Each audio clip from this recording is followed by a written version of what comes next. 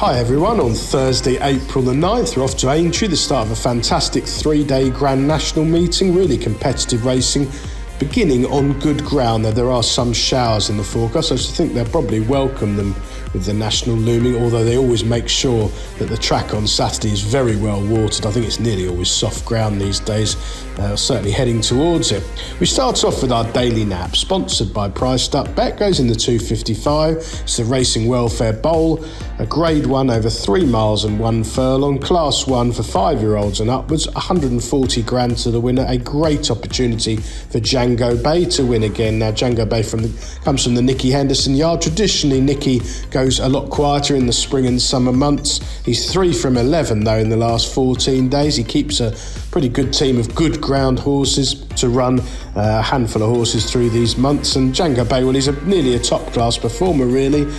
He looked very promising in hurdles, winning 2 from 5, and he's 3 from 7 over fences so far. He returned from a wind operation in the autumn to win at Ascot in Style on the 22nd of November, then ran a blinder under a pretty ordinary ride from De Boinville in the King George. He probably should have won. I suspect he would have done with any other professional in the plate.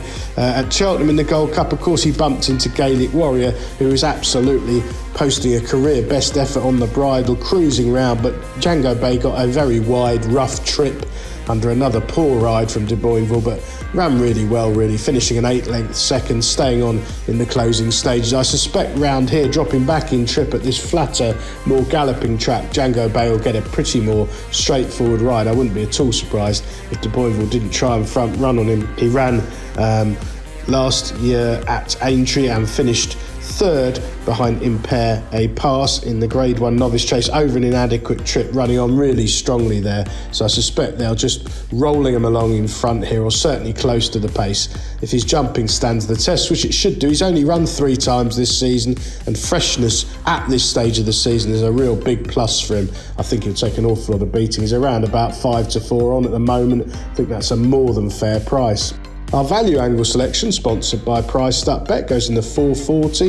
It's the Close Brothers Red Rum Handicap Chase, a premier contest over 2 miles, a class 1 for 5-year-olds and upwards, 56 grand to the winner. I think Sans Brouet has been laid out for this prize by Paul Nicholls and should take plenty of beating. Now Paul, we've said it a lot of times this jump season, his horses are not what they once were. He's lost a lot of them elsewhere, but he has now got them in really good form. 7 winners in the last fortnight at a 27% strike rate, including a couple of valuable prizes. Sainsbury's been targeted at Aintree all season. One of those horses I think they've half been running just to get that mark inching down to something he can win again off. He's down to 133. He's had 81 days off the track to freshen him up. He's a really likeable horse when he's right. He's had 4 career wins from 24 starts over fences. He goes really well at this track. If you look back to the 3rd of April last year, he won this race from the front under a brilliant ride from Cobden, jumping superbly